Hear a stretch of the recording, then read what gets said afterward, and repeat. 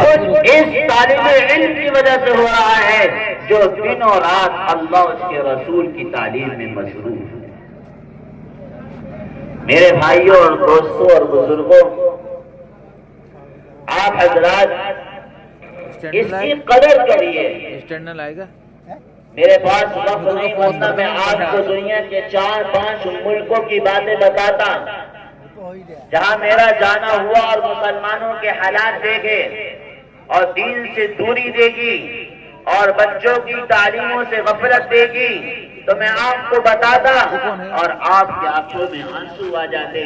لیکن وقت نہیں ہے۔ اتنا بتانا ضرور چاہتا ہوں مسلمانوں،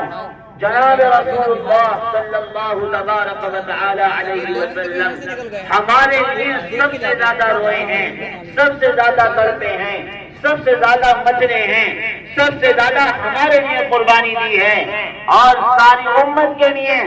آپ نے وہ تکلیفیں برداشت کری، وہ غم برداشت کیے، وہ بھوکے برداشت کری، وہ فاقے برداشت کری، وہ آہیں برداشت کری اور خدا کے سامنے وہ روئے۔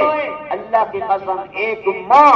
اپنی اولاد کے لیے وہ رونا نہیں رو سکتی، ایک باپ اپنی اولاد کی وہ فکر نہیں کر سکتا، ایک باپ اپنی اولاد سے وہ پیار اور محبت نہیں کر سکتا جو ہم سب کے آقا و مولا جناب رسول اللہ صلی اللہ علیہ وسلم نے ہم سب کے لیے کی ہے۔ آج آپ آ گئے، بھیڑ اکٹھی ہو گئی، آپ نے بچے اور پڑھنے والوں کو انعام دے دیے، بہت بڑی بات ہے، یقیناً قابل مبارک ہے، یقیناً بہت بڑی تعریف کی بات ہے، لیکن مسلمانوں مسئلہ ایک رات ایک دن کا نہیں ہے۔ مسئلہ یہ ہے کہ ہم زندگی کے 24 گھنٹے ایسے ایمان والے بن جائیں، ایسے مومن بن جائیں کہ ہمارے سر کے بال سے لے کے پیروں کے نخون تک ہماری زندگی میں وہ محمدی روح آ جائے کہ ہم سڑک چلتے ہوئے انسان جہاں میں دیکھیں تو ہماری چال سے، ہمارے مال سے، ہماری تجارت سے، ہمارے اخلاق سے، ہماری معاشرت سے، ہماری شادیوں سے اور یہاں تک کہ ہمارے گفتار سے اس بات کا اندازہ لگا لیں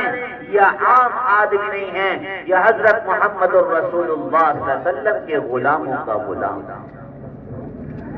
میرے بھائیوں اور دوستوں، اللہ کے رسول صلی اللہ علیہ وسلم کو ہمیشہ یاد رکھو، ہمیشہ یاد رکھو، آپ کی دی ہوئی تعلیمات پر ہمیشہ عمل کرو، چاہے جان چلی جائے۔ جس لیے آقا نے فرمایا تھا جب آپ دنیا سے رخصت ہو رہے تھے تب لاکھ مسلمانوں کا مجمع موجود تھا اور اللہ تبارک و تعالی نے آپ کو جو محنت کی تھی، آپ نے اس محنت کا حق ادا کیا تھا، آپ امت کو چھوڑ رہے تھے، دنیا سے رخصت ہو رہے تھے، پیر کا دن تھا، 11 سے 12 بجے کا وقت تھا اور آپ نے فجر کی نماز کے بعد سارے صحابہ اور تمام ازواج مطہرات سے ملاقات کرنے کے بعد آپ نے ایک جملہ فرمایا تھا، مسلمانوں، اور یہ جملہ صرف صحابہ کے لیے نہیں، یہ جملہ میرے آپ کے لیے تھا، قیامت تک آنے والے انسانوں مسلمانوں کے لیے تھا۔ مسلمانوں، میں نے تمہارے لیے تمہاری دعاؤں میں، تمہارے لیے اللہ سے مانگنے میں، تمہارے لیے رونے میں، تمہارے لیے آنسو بہانے میں، اپنی اولاد کو نیزے پر چڑھوانے میں، اپنی اولاد کے گھروں کے فاتح میں اور میرے گھر کے فاتح میں نے کوئی کسر نہیں چھوڑی ہے۔ مسلمانوں، 63 سالہ زندگی تمہارے درمیان گزار کر جا رہا ہو، دیکھ لو میرا گھر، دیکھ لو میری وفات کے دن بھی میرے گھر کے اندر اتنا تیل نہیں تھا چراغ روشن ہو سکے، میرے گھر دیکھ لو 63 سالہ زندگی کے اندر رعین الہلال ثم الہلال ثم الہلال، 1 2 3 چاند گزر جاتے تھے اور اللہ کے رسول کے مدینے میں 9 گھر تھے، 9 کے 9 گھروں میں سے ایک گھر کے اندر بھی چولہا جلنے کی نوبت نہیں آتی تھی، پیٹ پر پتھر باندھے تمہارے لیے، بچوں کو نیزوں پر چڑھایا تمہارے لیے چڑھایا، بیٹی کا گھر فاقوں سے تڑپا تمہارے لیے تڑپا، اپنی اولاد کے منہ کے اندر جب بل بلا رہے تھے اپنی زبان مبارک ڈالی، جسوا کر کے سلایا، امت کے لوگوں تمہارے لیے کیا،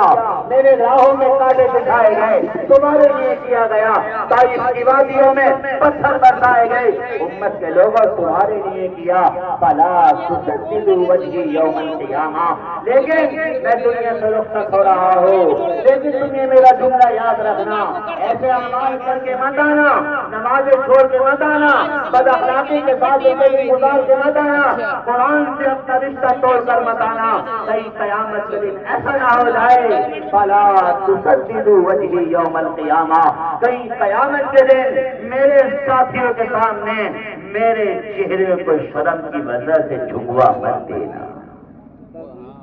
فلا تسددوا وجهي یوم القیامہ، میرے چہرے کو قیامت کے دن کہیں ایسا نہ ہو شرم و حیا کی وجہ سے تمہاری وجہ سے مجھے اپنا چہرہ جھکانا پڑے۔ اس لیے مسلمانوں پہلی درخواست کرتا ہوں قرآن کے ساتھ رشتہ مضبوط کر لو، اگر چاہتے ہیں زندگیوں سے نکلنا، اگر چاہتے ہیں عروج پر پہنچنا، چاہتے ہیں عزتوں کا معیار، چاہتے ہیں دنیا کے اندر آخرت کے اندر کامیابی، پہلی چیز جو ہمیں مسلمانوں کی 1400 سال پہلے والے مسلمانوں کی زندگی سے ملتی ہے وہ یہ ملتی ہے کہ ان مسلمانوں کی زندگی قرآن سے ایسی مضبوط تھی اور قرآن کے ساتھ ایسا تعلق تھا۔ کوئی ایک مسلمان مجھے دکھاؤ 1400 سال پہلے والا جو قرآن سیکھے بغیر دنیا سے چلا گیا، نہیں ملے گا۔ لیکن افسوس ہے، سدا افسوس ہے، ہم جتنا وقت موبائلوں کو دیتے ہیں اتنا وقت قرآن کو بھی نہیں دیتے۔ اور میں اکثر بیان میں کہا کرتا ہوں آج ہر مسلمان کے پاس الگ موبائل ہے، یہاں تک کہ آج گھر کے اندر دودھ پیتے والے بچے کے لیے بھی ماں اپنے شوہر سے کہتی ہے بیوی ارے بچوں کے لیے الگ موبائل لا دو،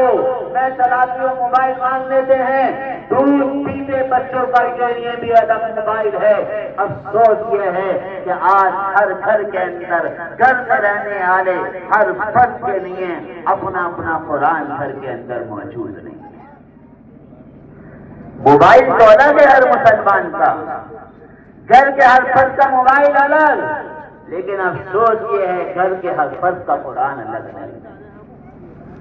آپ یہ کہیں گے کہ مولانا قرآن تو ایک ہی کافی ہے، میں یہ کہوں گا موبائل بھی تو ایک کافی ہے۔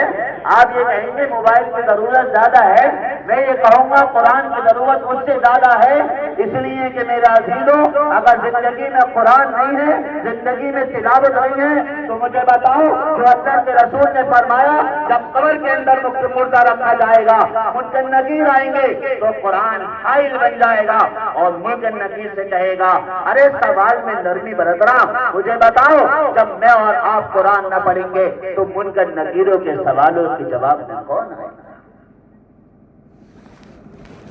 اس لیے میرا عزیزوں اور دوستوں افسوس ہے، رب کائنات کی قسم افسوس ہے، میں آپ کے سامنے بیان کرنے نہیں آیا، میں 15 دن سے سفر پر ہوں۔ میں نے حضرت مفتی صاحب کو صبح فون کیا، مفتی صاحب سفر پر ہوں، معذرت چاہتا ہوں، مجھے معلوم ہوتا آپ کے اسٹیج پر اتنے زیادہ علماء ہوں گے، اتنے زیادہ محنت کرنے والے ہوں گے، مجھے معلوم ہوتا میں نہیں آتا، لیکن اصرار تھا، اس لالچ پر آیا ہوں۔ مسلمانوں دامن پھیلا کر کہتا ہوں میرے بس میں ہوتا آپ کے پاؤں پکڑ کر کہتا دنیا کی حالت دیکھو، انسانوں کی حالت دیکھو، ذرا امت کی حالت دیکھو۔ مسلمانوں اگر آج کے حالات کو درست کرنا چاہتے ہو، اللہ کی مدد اتروانا